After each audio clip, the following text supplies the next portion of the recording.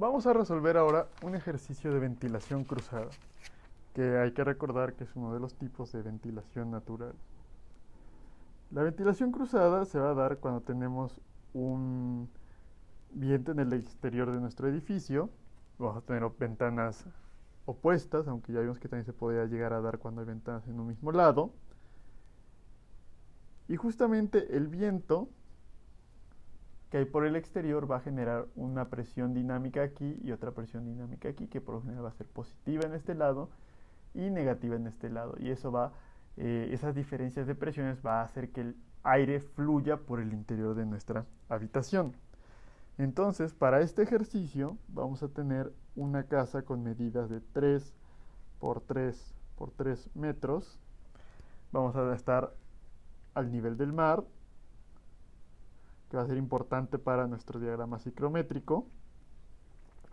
Vamos a tener una temperatura de 25 grados centígrados, una humedad relativa de 30%, y vamos a tener que las dos ventanas van a tener la misma área, que va a ser de 1 metro cuadrado, y el coeficiente de descarga estándar, que es de 0.65.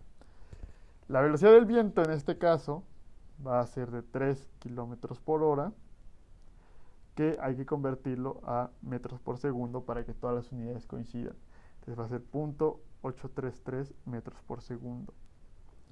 El ángulo de incidencia, que también va a ser importante y lo vamos a mencionar más adelante, en este caso va a ser de 0 grados. Entonces el viento va a ser normal a la ventana. Lo primero es leer los coeficientes de presión dinámica. Entonces vimos que hay varias formas de sacar esos coeficientes de presión dinámica, y la que vamos a utilizar ahorita, y es la más fácil de aprovechar, es leerlos a partir de las normas técnicas complementarias de la Ciudad de México. Entonces vamos a utilizar la norma técnica complementaria de viento del 2017, y de acuerdo con ella los coeficientes de presión van a ser igual a, vamos a tener un coeficiente en barlovento, que es la cara sobre la que incide directamente el viento, y otro a sotavento, que es la cara contraria a donde incide el viento. Entonces a barlovento, como está pegando el viento directamente, vamos a tener un coeficiente de presión dinámica positivo de 0.8. Y a sotavento, como está alejándose el viento de ahí, tenemos una zona de baja presión que nos va a dar un coeficiente de presión dinámica de menos 0.4. Además necesitamos la densidad, que la vamos a sacar del diagrama ciclométrico con las condiciones del punto que conocemos, del punto de aire. Y el diagrama ciclométrico nos va a dar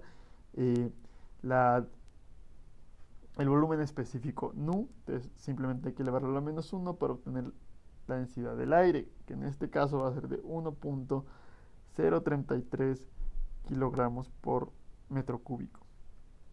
Y ahora sí ya tenemos todo lo que necesitamos para meterlo en nuestra fórmula de la diferencia de presión. Entonces vamos a calcular esa diferencia de presión.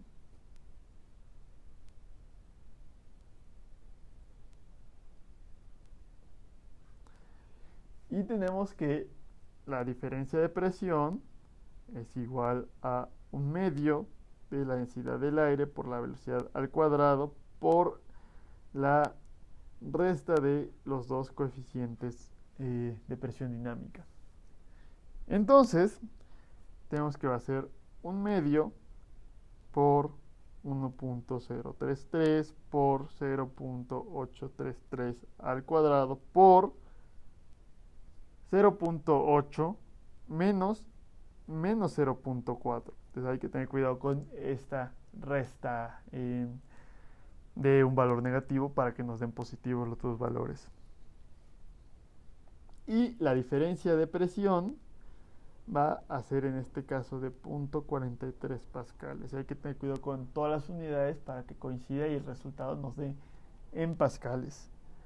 Ahora sí, el siguiente punto para poder calcular el gasto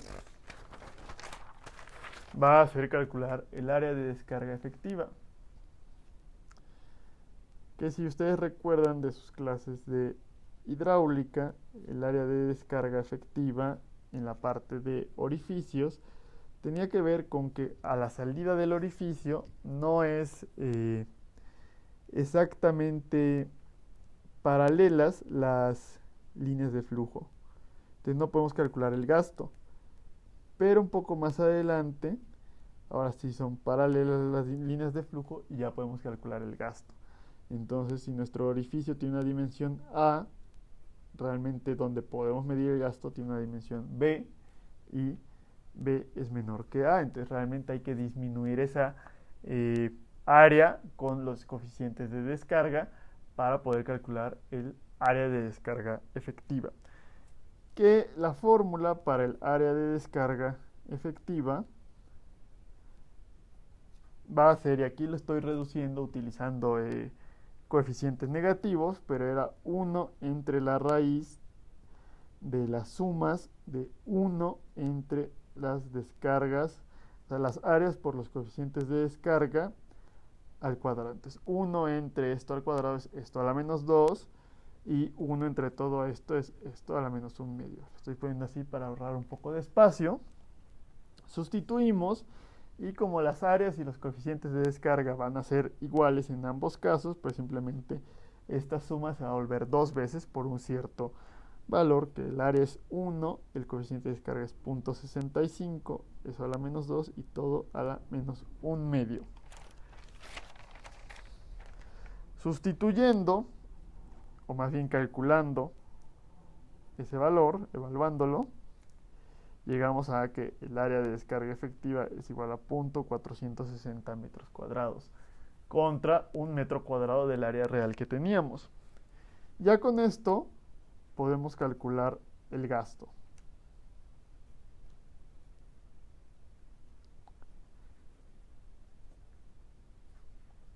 Entonces, sabemos que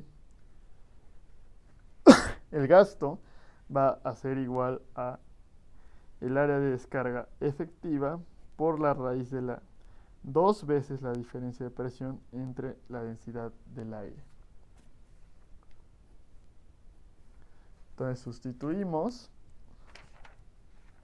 en nuestra fórmula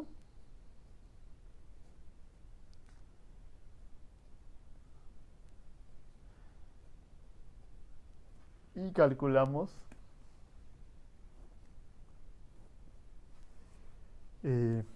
cuál va a ser el gasto. El resultado final va a ser de 0.42 metros cúbicos por segundo. Y con eso podemos calcular cuál va a ser la renovación del aire en esa habitación, cuántas renovaciones vamos a estar teniendo por hora, que en este caso va a ser bastante alto porque es una ventana grande. Por lo general las ventanas no están abiertas al 100% y la velocidad del viento era también relativamente alta, y aparte era incidente normal a la superficie de la ventana.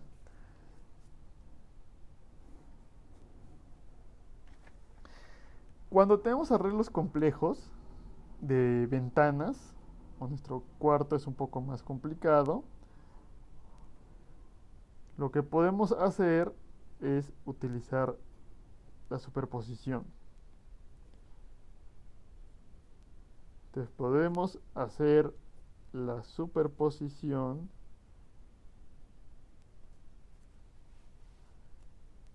de las presiones. Es importante que es de las presiones y no del gasto, porque si no estaríamos sobreestimando el gasto y nos darían valores demasiado altos. Si por si esto ya es un valor alto relativamente, entonces supongamos que tenemos ahora una cierta habitación con dos ventanas opuestas, pero donde el aire está incidiendo o el viento está incidiendo con un ángulo con respecto a esa ventana. Entonces esto lo vamos a poder partir en varios casos.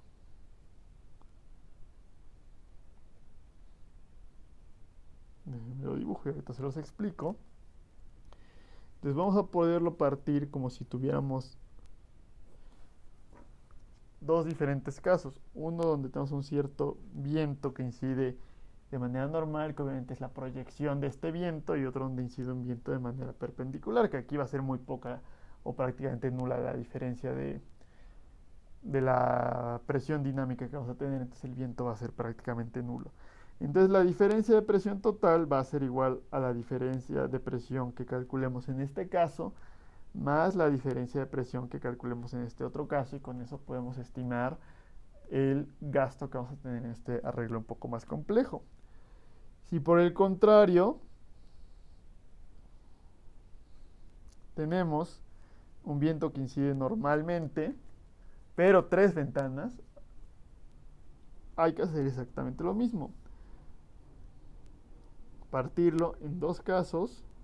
Y si tenemos algo todavía más complejo, pues simplemente vamos a tener que partir en 3, en 4 casos, etcétera. Que es más o menos lo que van a tener que hacer ustedes en la serie.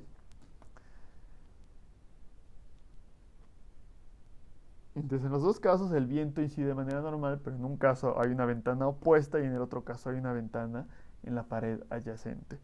Y simplemente la diferencia de presiones en este caso compuesto va a ser la suma de la diferencia de presiones en cada uno de estos casos. Y así es como podemos calcular un problema más complejo de ventilación natural cruzada.